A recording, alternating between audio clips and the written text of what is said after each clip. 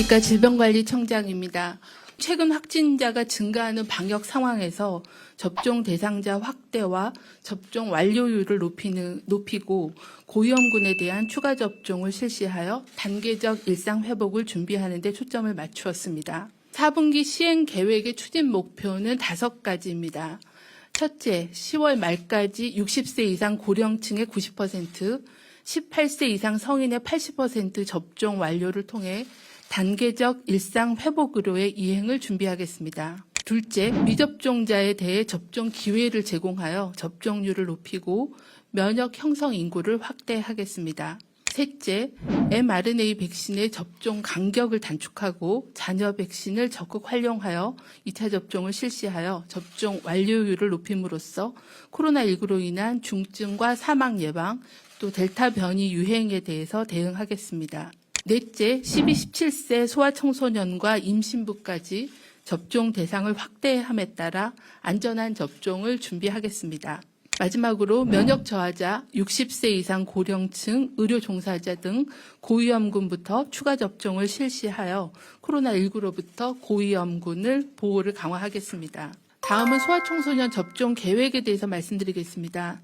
소아청소년은 코로나19로 인한 중증 사망 위험은 높지 않지만 감염 시에 드물게 합병증이 발생할 수 있고 등교 제한, 격리 조치 등으로 인한 교육 기회의 감소, 심리적 위축 등 정신건강과 사회적 측면에서 심각한 영향을 받고 있습니다.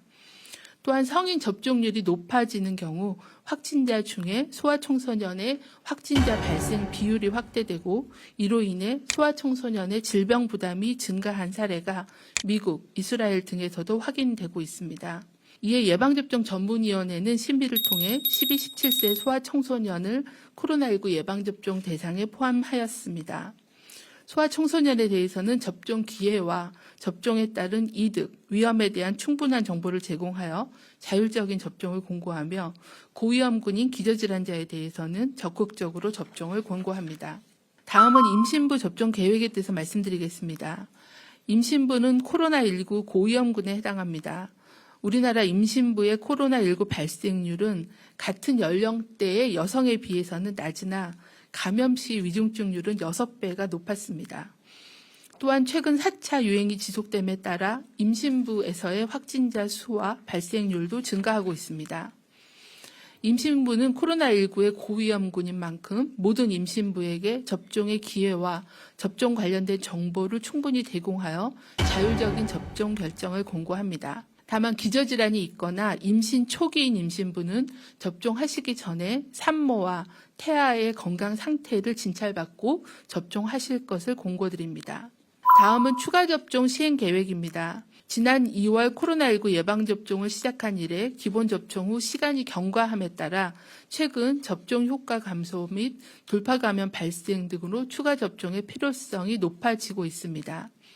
이에 예방접종 전문위원회는 기본접종 완료 6개월 이후에 추가 접종을 권고하였으며 면역 저하자 등에 대해서도 6개월 이전부터 추가 접종이 가능한 것으로 심의하였습니다. 추진단은 예방접종 전문위원회의 심의사항과 국외의 추가 접종 진행 동향 등을 근거로 면역 저하자, 고령층, 의료 종사자 등을 포함한 고위험군부터 추가 접종을 시행하고자 합니다. 추가 접종은 mRNA 백신으로 실시하며 예방접종 전문위원회 심의에 따라 기본접종 완료 6개월 이후부터 시행됩니다. 다만 면역 저하자는 면역 형성이 어려운 특성을 고려하여 기본접종 완료 2개월 이후부터 추가 접종을 실시할 예정입니다. 1339 콜센터를 통해서 들어온 질문입니다. 소아청소년 접종의 이득과 위험은 각각 구체적으로 무엇인지? 네, 소아청소년에서 코로나19 백신 접종으로 인한 이득은 코로나19 감염에 대한 개인 예방 그리고 감염에 따라 따를 수밖에 없는 격리, 입원, 중증 악화 감소 등에 대한 이득이 있겠습니다. 또한 그 코로나19 감염에 따른 격리, 등교 중지에 따른 학습권 침해 그리고 정신 건강에 대한 부정적인 영향을 줄일 수 있는 사회 정신적인 효과도 있습니다. 반면 백신이 완벽한 것은 아니기 때문에 백신으로 인한 위험 또한 존재하는데요. 백신 접종 후에 아나필락시스, 심근염 그리고 심낭염 등의 드물게 발생하는 이상 반응, 더불어 새로 개발된 백신이기 때문에 장기적인 안전성에 대한 우려가 존재하고 있습니다. 그런데 우리나라 고3 접종 효과를 봤었을 때 16 내지 18세의 감염 예방 효과가 백신으로 인해서 95.8%로 나타난 바 있고 중증과 사망 예방 효과는 100%로 분석되었습니다. 총 15건의 심근염, 심낭염 사례 중에서 5건은 외래 치료로 회복이 되었고 그리고 10명은 입원 치료를 받았으나 지금은 모두 다 회복되어 퇴원한 상태입니다. 미국에서의 코로나19 백신 접종을 받은 소아청소년 약 1,000만 명을 분석한 결과에서도 심근염, 심낭염이 젊은 남성에서 주로 보고되고 있기는 하지만은 대부분 적절한 치료로 호전된 바 있어서 미국에서의 소아청소년 위험 이득 분석에서 위험보다는 이득이 더 큰 것으로 보고되고 있습니다. 소아청소년은 접종 시에 성인과 같은 양의 백신을 1차와 2차 두 번에 걸쳐서 동일하게 접종을 받게 되는지 12, 15세, 17세 소아청소년에게도 성인과 마찬가지로 동일한 용량의 화이자 백신을 접종받게 됩니다. 혹시 이번 소아청소년 접종과 관련돼서 교육부에서 준비하고 있는 사항이 있다라면? 네, 교육부는 이번 접종을 위해서 교육청 그리고 방역당국과 함께 소아청소년 감염병 전문가들을 모시고 여러 차례 원활하고 안전한 접종의 방법 등에 대해서 사전 논의를 한 바 있습니다. 이번 접종을 하면서 교육부가 특별히 신경을 쓰고 있는 것은 학생과 학부모의 의사결정에 따른 선택적 접종이기 때문에 학교에서 접종을 강요하는 분위기는 발생하지 않도록 사전에 특별히 유의해서 학교가 안내할 수 있도록 하였고요. 학부모님들께서 의사결정을 하실 때 충분한 정보를 가지실 수 있도록 여러 가지 백신 접종 시의 유의사항이라든가 이상 반응 또는 그에 대한 대처 방안 등을 사전에 학교를 통해서 안내할 예정입니다. 또한 이제 접종이 끝나고 나서 학생들이 누가 접종했는지 여부를 조사한다거나 접종한 학생들에게 특별한 혜택이 가도록 한다거나 이런 차별적인 조치가 학교에서 이루어지지 않도록 시도교육청과 학교에 이미 사전에 안내를 하였고 향후에도 그런 일이 없도록 할 예정이며 접종 후에 학생들의 이상 반응 여부를 학교를 통해서 또 학부모님들을 통해서 모니터링할 수 있도록 하고 시도교육청과 교육부가 그런 한라인을 통해서 관련 사항 발생 시 적극적인 조치를 할 수 있도록 그렇게 준비하고 있습니다. 접종률이 70%를 넘어섰는데 확진자는 왜 늘어나고 있는 것인지. 네, 굉장히 답답한 마음으로 질문을 주신 것 같습니다. 현재 저희가 접종률 70%라고 말씀을 드린 거는 1차 접종이 현재 70% 정도 접종이 진행이 되었고요. 아직까지는 접종을 완료하신 분은 한 45% 정도입니다. 그래서 10월 말, 빠르면 10월 한 셋째 주 정도까지 접종을 진행해야 18세 이상 성인에서 70% 이상 접종을 완료할 수 있고 또 면역이 형성되는데 일정 기간이 걸리기 때문에 조금은 더 시간이 필요하다. 최대한 접종을 받아주시고 접종을 완료하시기 전까지는 마스크 그리고 거리 두기를 실천해 달라라는 말씀을 드리겠습니다. 아직까지 미접종자가 30%가 남아있는 상태이기 때문에 그리고 접종 대상에 포함되지 않았던 18세 미만의 인구수까지 합하면 굉장히 많은 인구들이 접종을 받지 않으신 상황이기 때문에 미접종자 중심 그리고 또 돌파 감염 중심으로 확진자가 계속 발생하고 있습니다.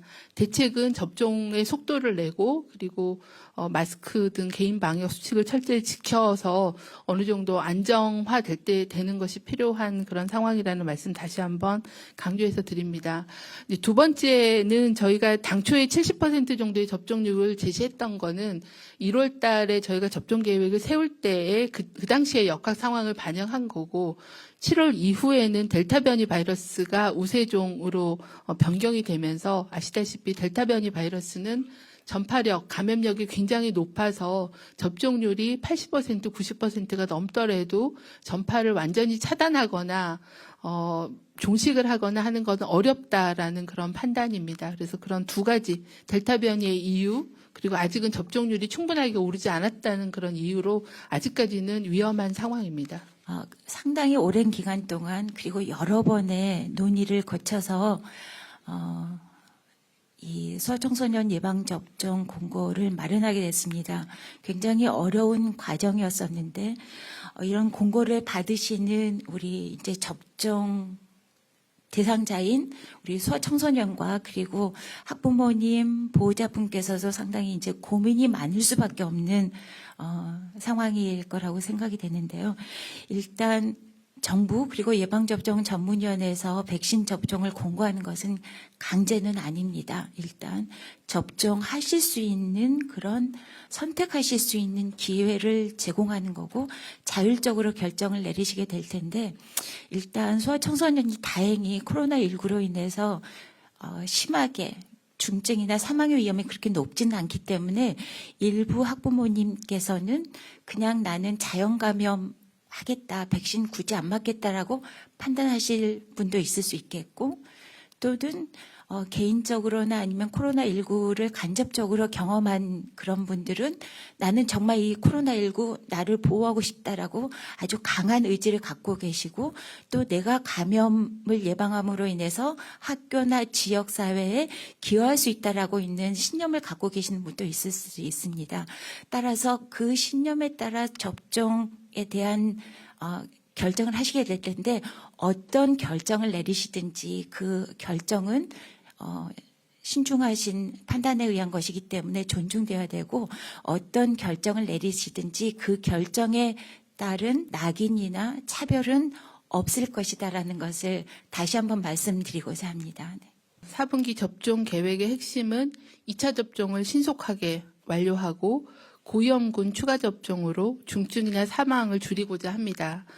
이를 통해서 의료 대응 체계를 보호하고 단계적 일상 회복으로 이행하는 것을 준비할 수 있을 거라고 생각합니다. 또한 그동안 접종 대상에 포함되지 않았던 임신부, 소아청소년으로 접종 대상을 확대해서 임신부와 소아청소년을 코로나19 감염과 중증으로부터 보호하고자 합니다. 오늘은 특별히 소아청소년 의학 전문가를 모시고 학부모님들과 학생들의 궁금증에 대해서 설명하는 그런 자리를 가졌습니다. 기저질환이 있는 소아청소년은 반드시 그 중증의 위험이 높기 때문에 예방접종을 적극 받아주시길 바라고 건강한 소아청소년도 감염과 중증, 합병증 예방과 함께 보다 안전한 일상생활을 위해서 접종을 받아주시기를 당부를 드립니다. 또한 학생들 사이에서 또 학교에서 접종 여부에 따른 차별이나 강요가 없도록 학부모님들, 학생들 그리고 학교에서도 잘 지도해 주시기를 부탁을 드립니다. 방역당국도 의료계와 협력해서 안전한 예방접종이 되도록 최선을 다하겠고 가장 우려하시는 이상 반응에 대해서도 철저한 관리, 상세한 설명 그리고 지원을 하는데 최선을 다하겠습니다. 감사합니다.